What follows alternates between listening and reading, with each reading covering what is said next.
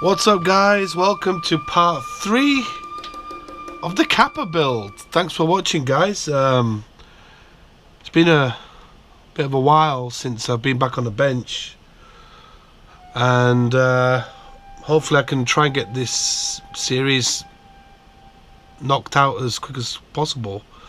I've got a bit of a sore throat, guys, so please excuse me if I sound a bit husky, but yeah, it's been a quick small project that I've been having on the bench right now. It's the Kappa build, and since my last video I came into a few issues with this kit, which I'm going to show you how to fix using a selection of products that are very good to have in your armory of modeling equipment. And yeah, it's been a challenge to say the least with this little thing here, and what I'm going to do in this quick video is basically show you what these products do and how they work.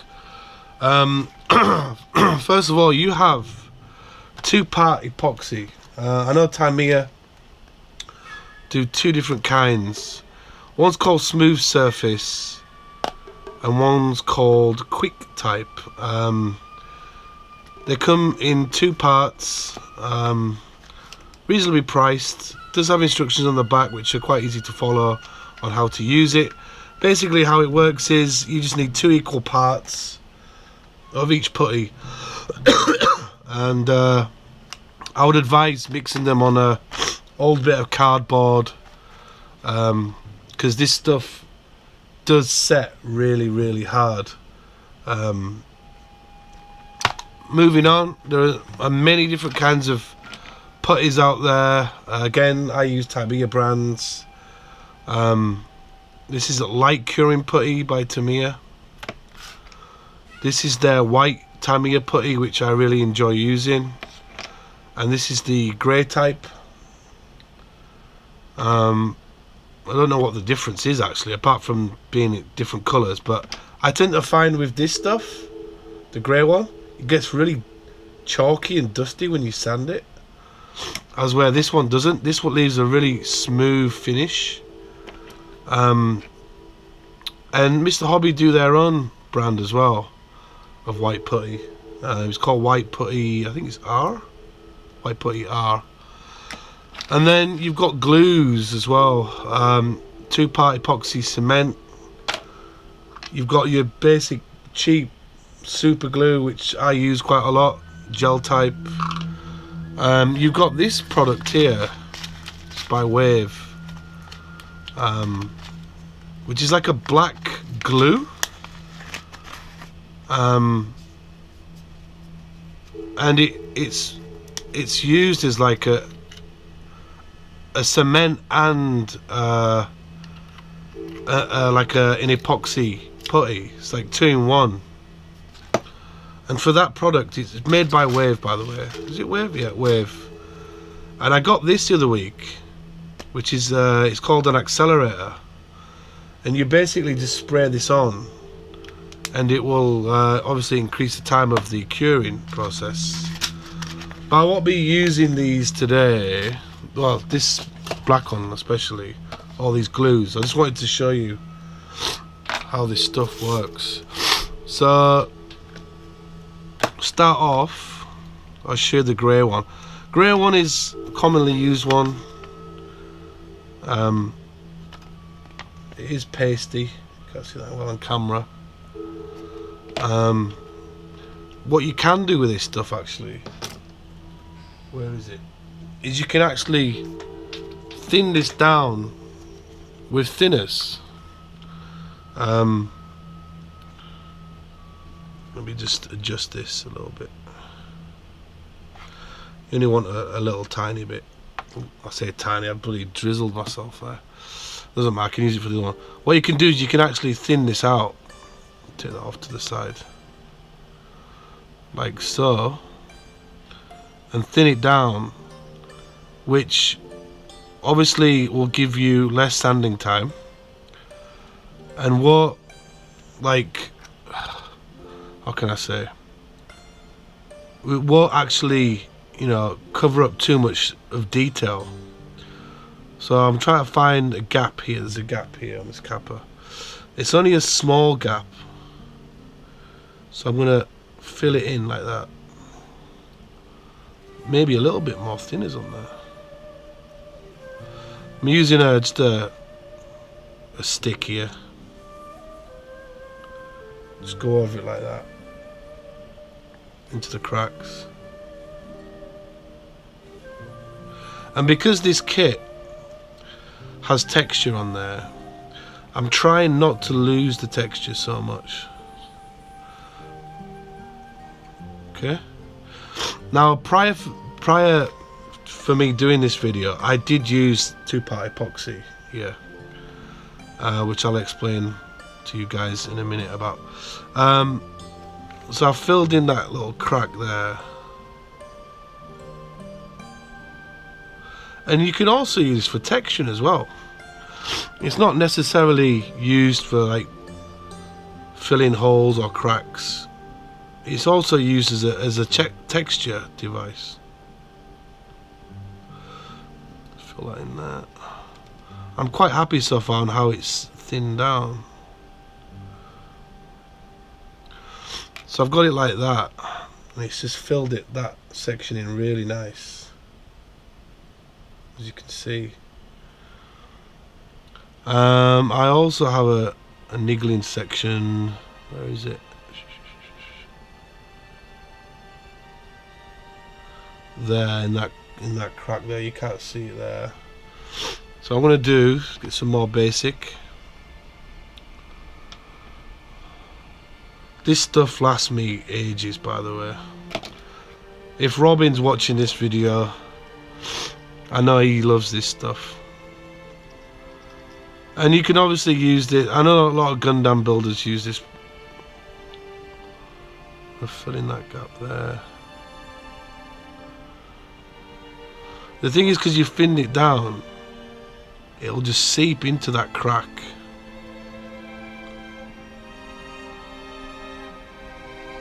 And fill that area.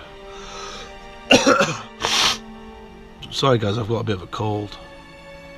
And obviously, I've actually sanded that epoxy down, so it's left a very rough surface. So I'm using this putty to fill in the rough sections of where I've been sanding, so I can re-sand it to leave a better finish. Very easy. Actually, I'll use all 3 products to show you the differences. I mean, there's not a really big difference, but I mean the white ones. Again, it's going to get a nub here. Put a bit down.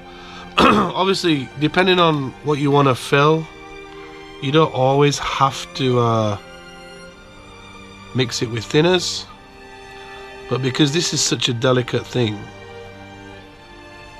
and I don't want to lose the details, I'm thinning it down for this.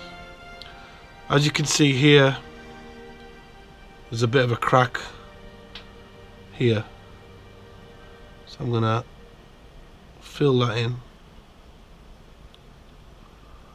A bit more thinners.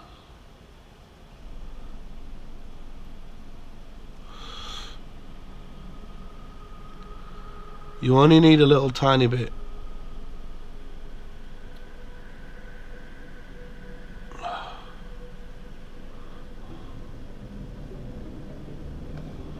Put some in there.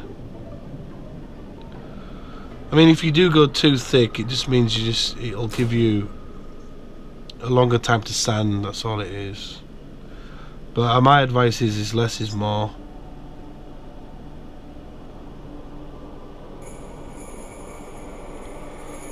There you go. And for drying times, that's a difficult one, because when I first started using this and I researched about it, it was like a few hours. But me personally,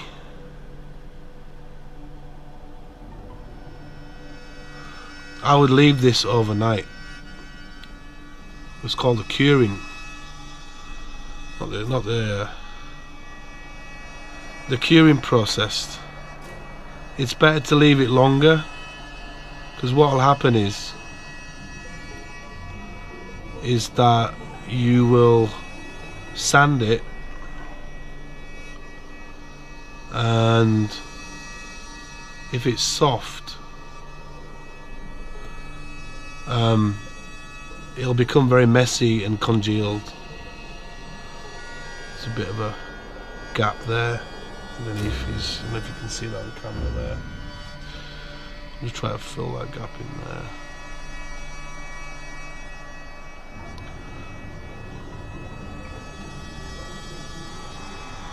Like so. I mean, when you thin this down, obviously you don't want it too thin by all means. Now there's something I'm going to show you guys what I'm going to do now.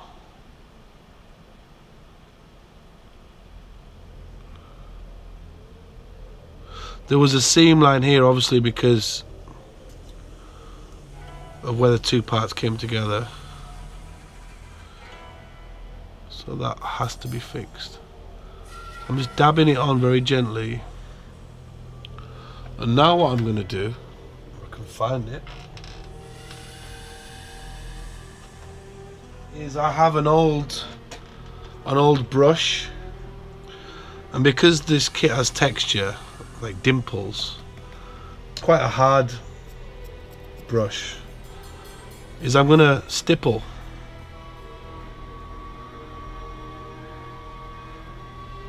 very lightly.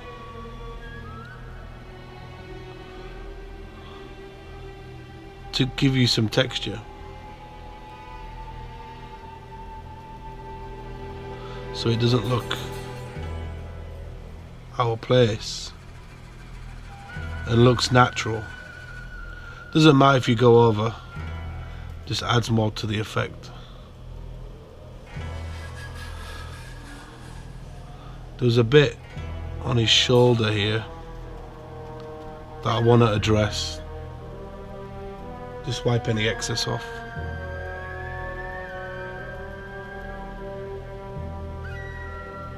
And I'm just stippling at the moment, because this area of his body is quite pimpled and rough. Unfortunately, I might need a little bit more white there. As you can see here, there is still a gap there.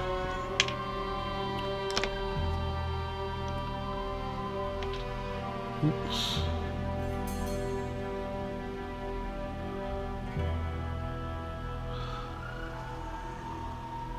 Now I'm using the other one.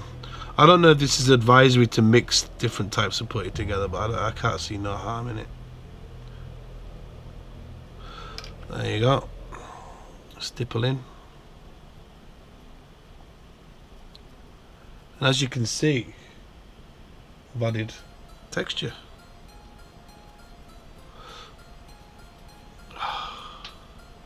This bloody summer coma, it's not good. Thin it down a bit.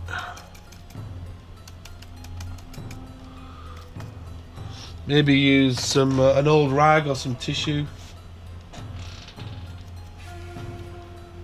Just wipe any excess off.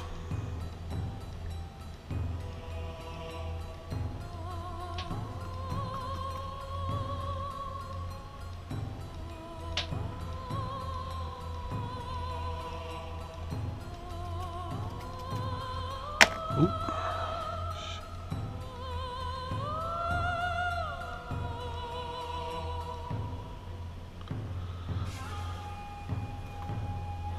I'm just dabbing off. As you can see here, I did this section.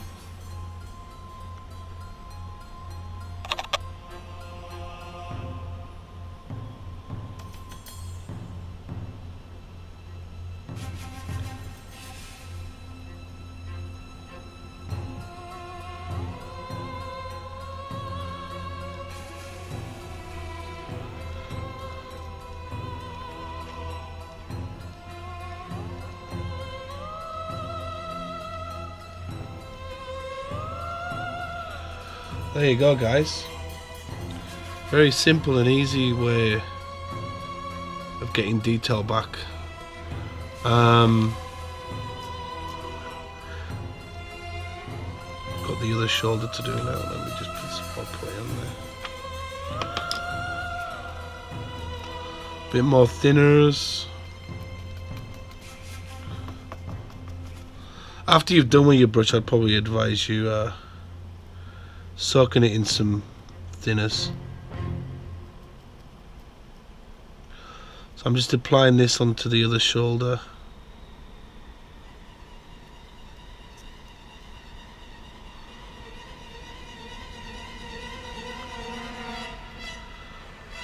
Cover that seam line there.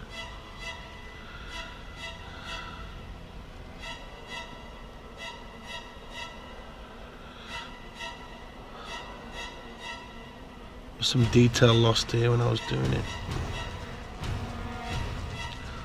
Some on the side.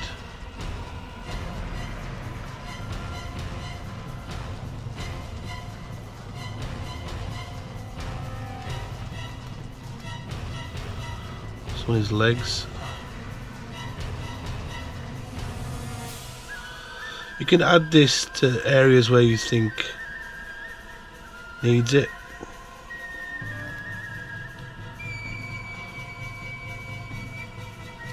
So I'm actually adding more here to this, just to give it some more depth as well.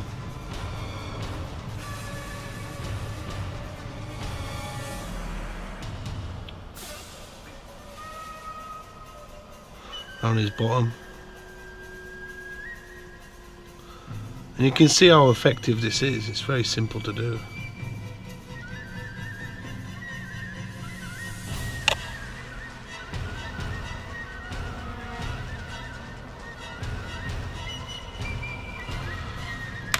And then just let it sit and dry. And then obviously I'm going to fix the arm a little bit. Maybe add a little bit more here and there, see how I feel. Just let it dry out.